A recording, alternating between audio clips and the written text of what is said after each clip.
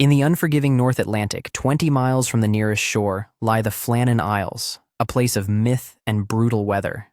For centuries, sailors gave these islands a wide berth, whispering tales of strange apparitions and otherworldly forces that resided there. But in 1899, a beacon of progress was erected on the main island, Eilean Mòr, a lighthouse built to guide ships safely. It was manned by 3 experienced keepers, Thomas Marshall, James Duckett, and Donald MacArthur. Their duty was to keep the light burning. They were seasoned men, accustomed to solitude and the fury of the sea. They understood the risks and responsibilities of their post.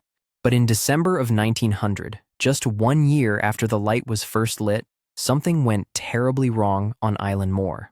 The powerful beam that cut through the darkness, a symbol of safety and vigilance, was suddenly extinguished. The lighthouse fell silent. And when the outside world finally came to investigate, they found an immaculate lighthouse, but not a single living soul.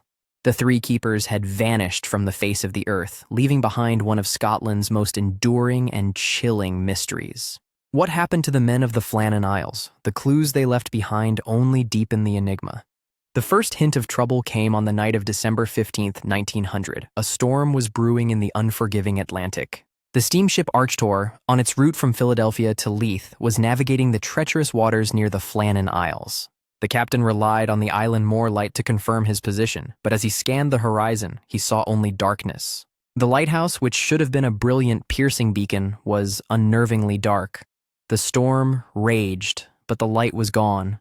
This was highly unusual. Lighthouse keepers were notoriously diligent. An extinguished light was a sign of a grave emergency. Upon docking in Leith, the captain of the Archtor duly reported the outage to the Northern Lighthouse Board. However, due to a bureaucratic mix-up and the sheer ferocity of the ongoing storms, no immediate action was taken. For 11 more days, the lighthouse remained dark and silent, its keepers isolated and their fate unknown to the world. The silence from Eilean Mòr stretched on, a silent scream across the waves that no one was yet positioned to hear. The official relief mission was already scheduled, but it would arrive to a scene far stranger than anyone could have imagined. On Boxing Day, December 26th, the lighthouse tender Hesperus finally sliced through the waves towards Eilean Mòr. On board was Joseph Mòr, the relief keeper, ready to take his turn. He was expecting a routine handover. But as they drew closer, a sense of unease began to settle over the crew. The island was unnaturally still. Standard procedure dictated that the keepers would have the flag flying to welcome the relief vessel, but the flagpole was bare. No one appeared on the landing stage to greet them. No provision boxes were waiting to be restocked. Just silence. Captain Harvey of the Hesperus ordered the ship's horn to be sounded, its mournful blast echoing across the rocks. They waited. The echo died, replaced by the cry of gulls and the wash of the sea. There was no response. He tried again, a series of sharp, urgent blasts. Still nothing. The men on the Hesperus exchanged worried glances. A decision was made. Despite the difficult sea conditions, they had to send someone ashore to investigate. The keeper, Joseph Mòr, volunteered. He would be the first person to set foot on the island and confront the mystery. Joseph Mòr was rowed ashore, the small boat pitching violently in the swell. The island loomed over him like a giant. He leaped onto the slippery stone of the landing stage. The air was cold and heavy with the smell of salt and dread. Before him was a steep, winding staircase carved into the cliff face, leading up to the lighthouse high above.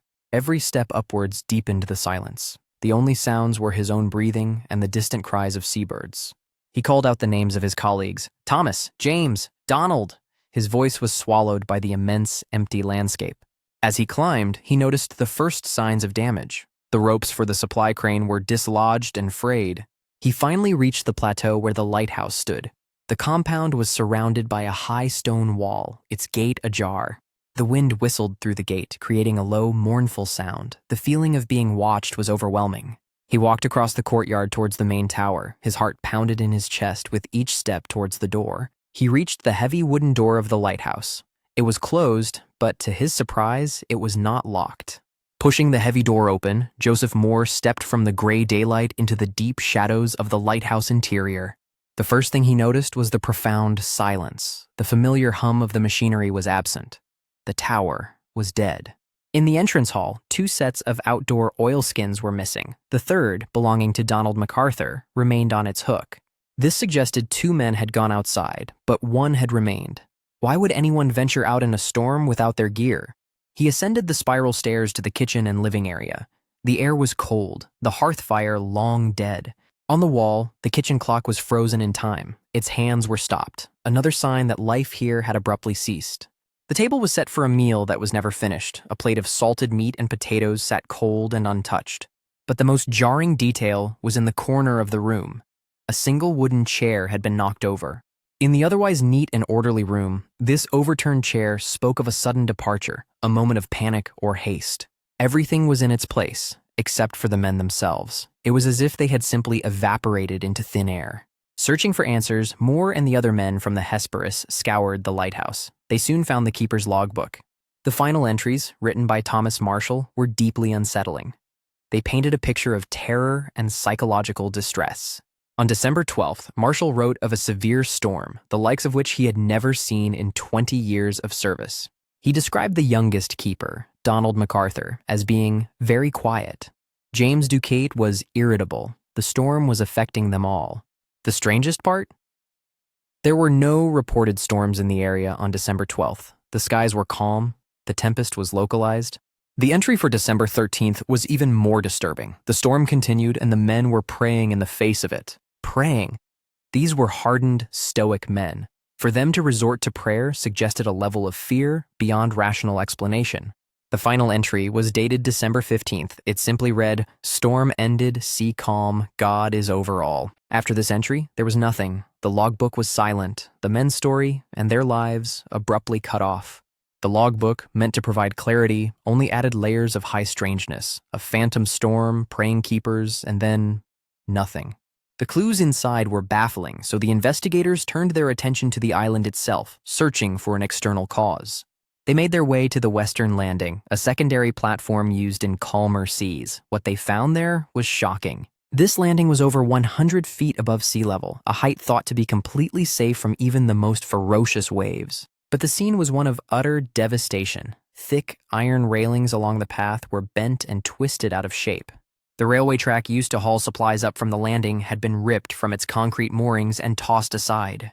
Most telling of all, a large supply box, heavily secured to the rock, had been smashed open and its contents scattered. A huge chunk of rock, weighing more than a ton, had been dislodged and moved several feet up the path. The level of destruction was immense, suggesting a force of nature far beyond what was thought possible at such an elevation. This damage provided a potential, terrifying explanation for what might have happened to the three experienced lighthouse keepers. Perhaps the storm in the logbook wasn't imaginary. Perhaps it was a single monstrous wave of unimaginable size and power. The official inquiry, led by Robert Muirhead, pieced together the clues. He formulated the most widely accepted theory. He theorized that on December 15th, after the storm had passed, two keepers, Marshall and Ducate, went down to the western landing. They likely went to secure the equipment and check for damage after the severe weather described in the logbook. Suddenly, a colossal rogue wave, a freak of nature born from the receding storm, rose up from the deceptively calm sea. This single, monstrous wall of water crashed over the landing, more than 100 feet above the normal sea level. The two men on the platform would have been swept away instantly, with no chance of survival in the churning water. Back in the lighthouse, Donald MacArthur, seeing the wave from a window, would have rushed out to help his comrades. This explains the overturned chair and why he left without his oilskins. He was in a desperate, panicked hurry. Tragically, he too would have been caught by the receding waters or another wave, sharing the fate of his friends. This theory neatly explains the missing oilskins, the overturned chair, and the incredible damage on the western landing. The rogue wave theory is the most logical, but it doesn't satisfy everyone. Some questions and inconsistencies remain. Why would two experienced keepers venture down to the landing during such dangerous conditions, even if the main storm had passed? And what of the phantom storm in the logbook? The records show clear weather, yet Marshall wrote of a tempest. This has led to more fanciful theories. Some suggest a giant sea serpent or other mythical beast attacked the lighthouse. Others point to the island's eerie reputation, speculating that a supernatural force or malevolent presence was responsible for the men's demise. Could the men have been taken by foreign spies who wanted to test the response time of the British Navy? A more grounded theory suggests a personal dispute. Perhaps an argument between the keepers escalated with tragic consequences. However, there was no evidence of any kind of struggle inside the lighthouse, which remained remarkably neat and tidy. Theories of madness, ghosts, and monsters persist because the simple truth of a wave feels too mundane for such a perfect disappearance. Ultimately, without bodies or witnesses, these alternative ideas remain pure speculation, adding to the legend but not solving the case. In the end, the official verdict was death by drowning. The men of Eilean Mòr were declared lost at sea. Joseph Mòr and a team of new keepers relit the lamp, bringing the lighthouse back to life. But it was forever changed. For years, subsequent keepers reported strange phenomena, disembodied voices calling their names on the wind, echoing the mystery. The lighthouse on Eilean Mòr was eventually automated in 1971. It no longer requires keepers to brave its isolation. Now the tower stands completely empty, a silent stone monument watching over the waves that claimed its first guardians. The story has become a modern myth, inspiring poems, songs, and even an opera, ensuring the keepers are never forgotten. The perfect, almost clinical nature of the disappearance is what makes it so compelling. No bodies, no final message, no definitive answer. It's a chilling reminder of the raw power of nature and the fragility of human life against the might of the ocean. The fate of Thomas Marshall, James Duckett, and Donald MacArthur remains officially unsolved, a story sealed by the sea. And the Flannan Isles lighthouse continues its lonely vigil, guarding not only the coast, but one of history's greatest unsolved mysteries.